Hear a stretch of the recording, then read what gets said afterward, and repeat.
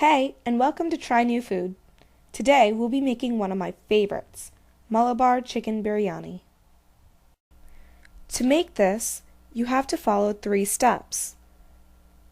First, you make the masala, then the rice, and lastly, the seasoning.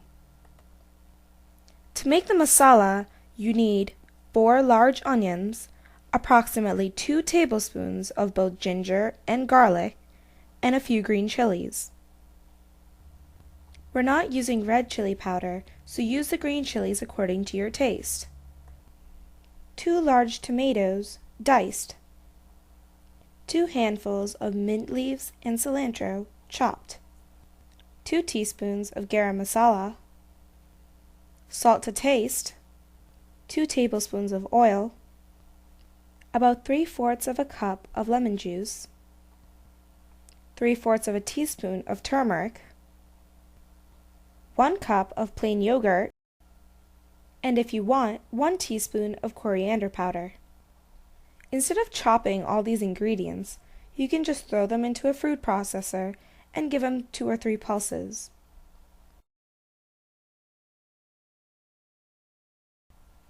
Pour the oil onto a heated pan. Add the chopped ingredients and sauté until the onion turns light brown.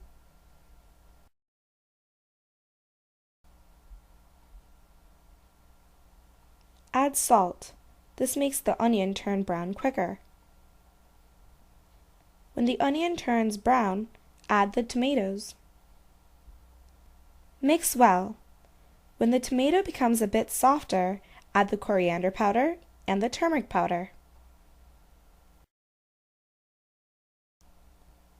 After mixing it really well for a couple of minutes, it's time to add the chicken and the garam masala.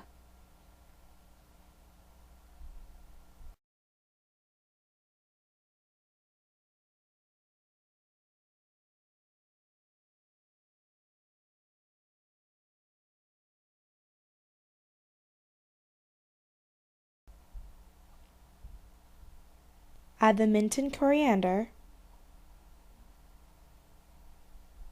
yogurt, and lemon juice. After mixing, let the chicken cook in the masala until it softens and the water evaporates to make a thick gravy.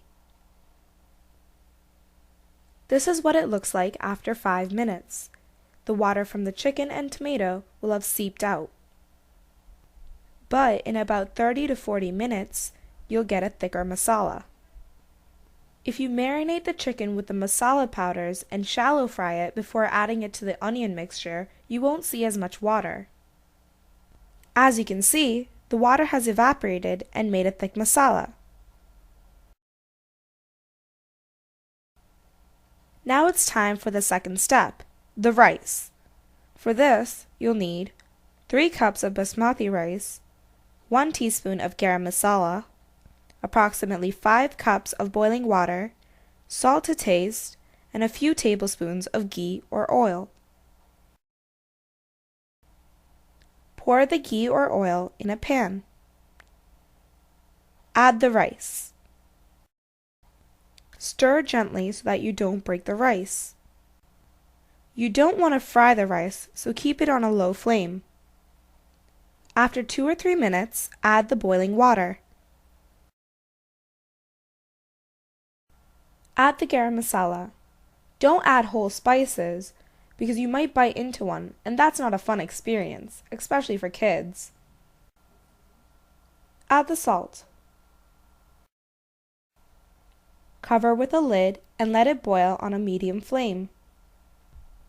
Cook until the water evaporates and the rice softens. And here my rice is ready. The water has evaporated and the rice is softer. It's very important that the rice is not overcooked while making biryani. As you can see, the rice isn't sticky either.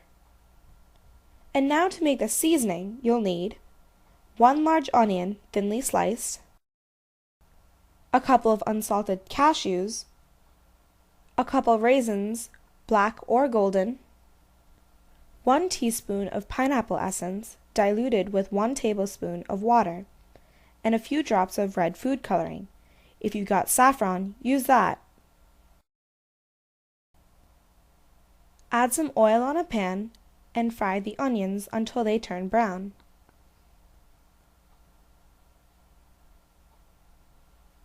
Then add the cashews. Sauté for a few seconds and then add the raisins.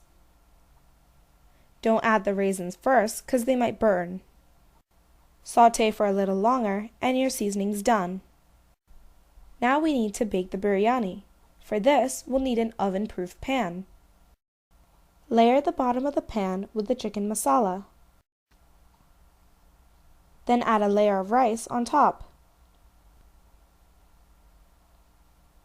Sprinkle the pineapple essence and food coloring mix on top of the rice.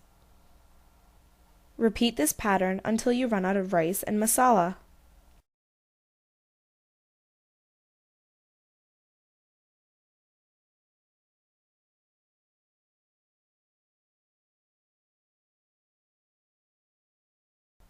Sprinkle the seasoning on the last layer of rice.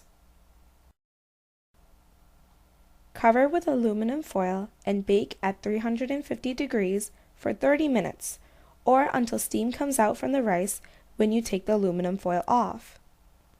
Then cover that with the pan's lid. And now my biryani is ready.